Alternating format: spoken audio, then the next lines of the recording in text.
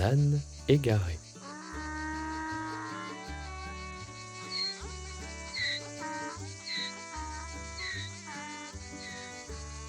A quomo la cigaro, un pao gratta leu parla. Il est comme la cigale, gratte-le, il déparle.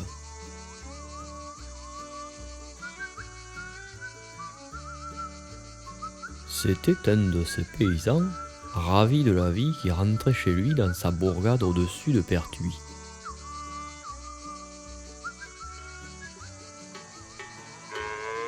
À la foire, son grain était bien parti.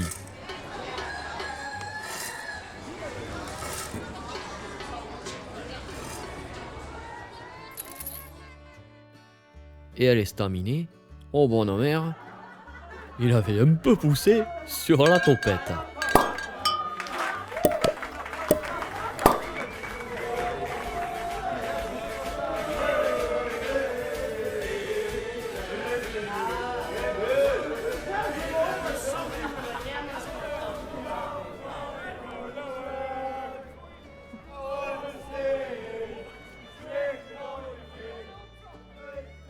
Vrai confit, il piquait donc son âne sur les chemins du retour.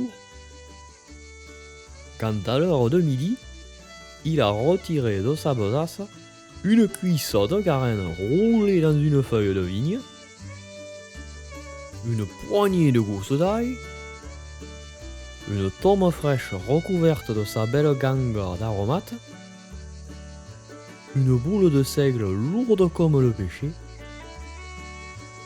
et une fillette d'un petit vin rubis qui se buvait comme eau de source.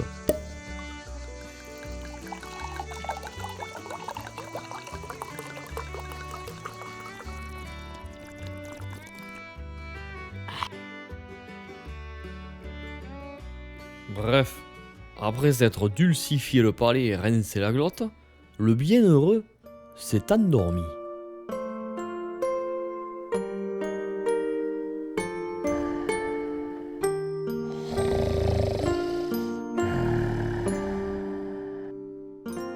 Lorsqu'il s'est réveillé, le paysan a vu, suite au soleil qui se carapatait, qu'il devait être tard. Il a voulu se hâter une miette, mais plus d'âne. Où s'était esquivé ce satané bon Dieu d'animal? On n'était pourtant pas région de voleurs d'âne. Fan de vierge, l'avait-il seulement entravé? Le souvenir était confus.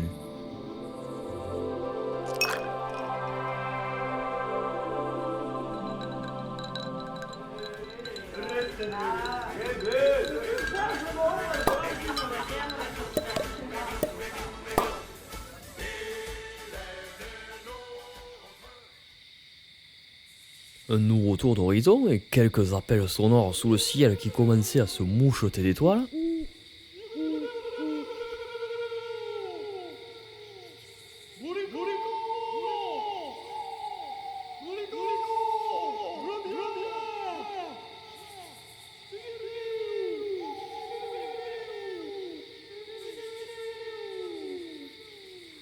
Le paysan s'est dit qu'il n'allait pas s'escarasser pour un bourricot. Cette entêtée allait bientôt réapparaître dans le coin. Pour sa maison, près de Pertuis, elle s'en irait pas plus loin. Pour sa femme, il en avait fait de pis. Elle ne s'inquiéterait pas avant 2-3 jours, la bonne dame. Tout serait donc au mieux d'ici demain. Dans l'heure, le paysan s'est mis en tête de descendre dans une auberge et de prendre un bon son.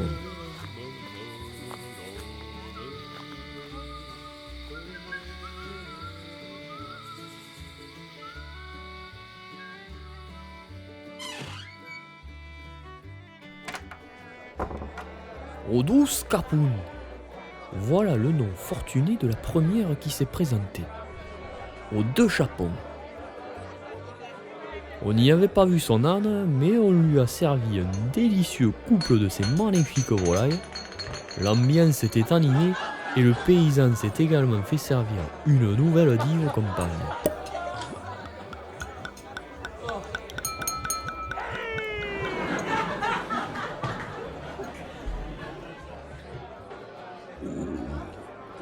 Tout à fait bien fait.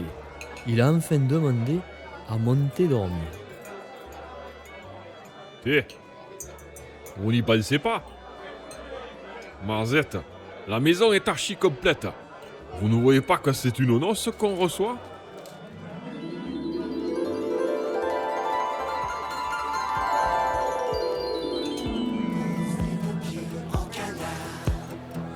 C'est la chenille qui se prépare. Cette année-là, On va s'aimer Alexandrie, sous les soleils des tropiques.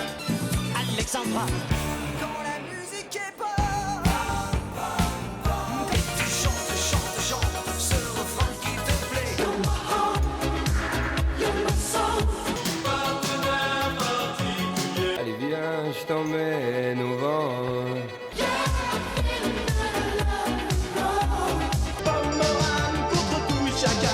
A little bit of Monica in my life. Ça se sent.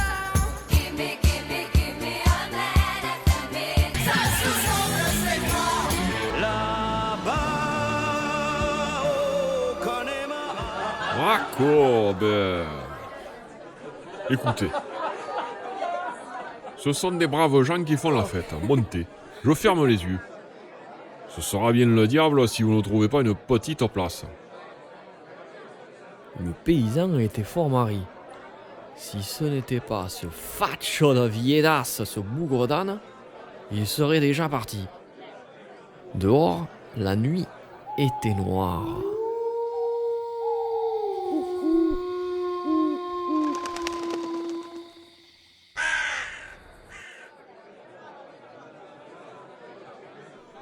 Le paysan est monté.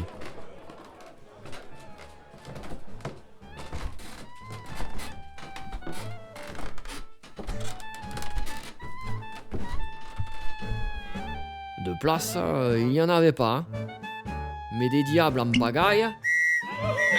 Les paillasses étaient truffées de lascar et Chalas pitchoun couchant de travers. Tout un tas de fadas esquichés comme une cassette d'anchois.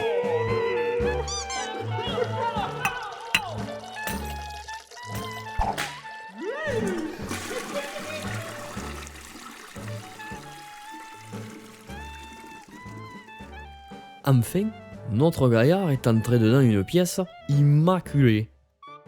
Coquin de sort. C'était de la belle literie.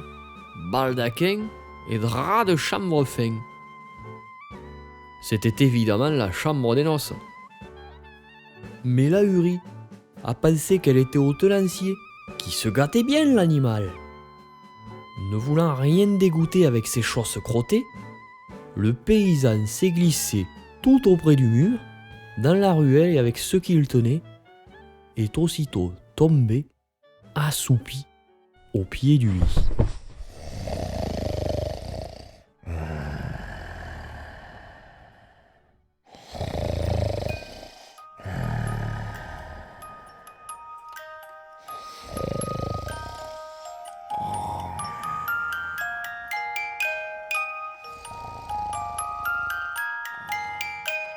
Est arrivée l'heure qu'attendaient les époux.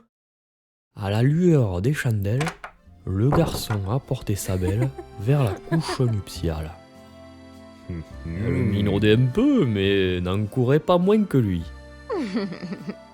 Et tandis qu'il défaisait sa robe et ses dentelles, le marié disait son ravissement à la demoiselle. Que vois-je là? Des épaules rondes comme les douces collines de la Motte d'Aigle? Oh, la gorge tendre comme les pâturages de notre Luberon. Peu cher, ce corset canaille résiste comme les murailles de Cucuron. La jouvencelle riait et se prenant au jeu, encourageait son amant lui demandant ce qu'il voyait ici et là. Le long de ce doublon, je vois la garrigue du père Antoine et ses moutons mignons qui caracolent. Tiens, Voici la route de Bondé et le mas de Farigoule qui se profile par le ruisseau de l'Ermitage. Boudiou! Ne serait pas ici-bas le doux chemin crayeux de la Bouzette? J'y vois même jusque les poules de la mère Angèle qui craquettent.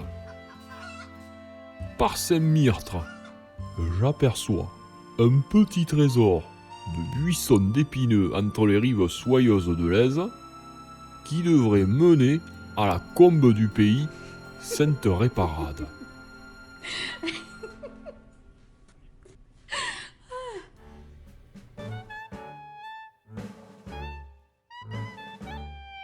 Oh! Je vois quelque chose là-bas. Le paysan, près du lit, bientôt réveillé par ce panégyrique, n'y tenait plus. Il a fait surgir sa tête près de la courte pointe et les yeux bordés de couenne, a dit au jeune marié. Dites, vous qui semblez bien connaître le coin. Et qui avait le regard qui porte loin. Est-ce que par hasard, vous n'auriez pas vu mon âne?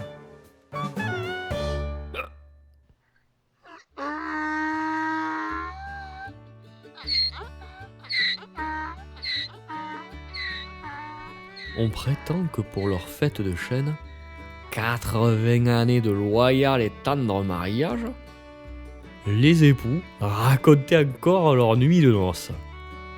Et si, au hasard des jours, vous vous promenez du côté de Pertuis, et que quelqu'un vous dise « Vous n'avez toujours pas trouvé votre âne ?» c'est assurément que vous vous trouvez en un lieu où vous ne devriez pas être, ou encore que, aux Saintes Gourdes, vous avez laissé échapper une sacrée bourde.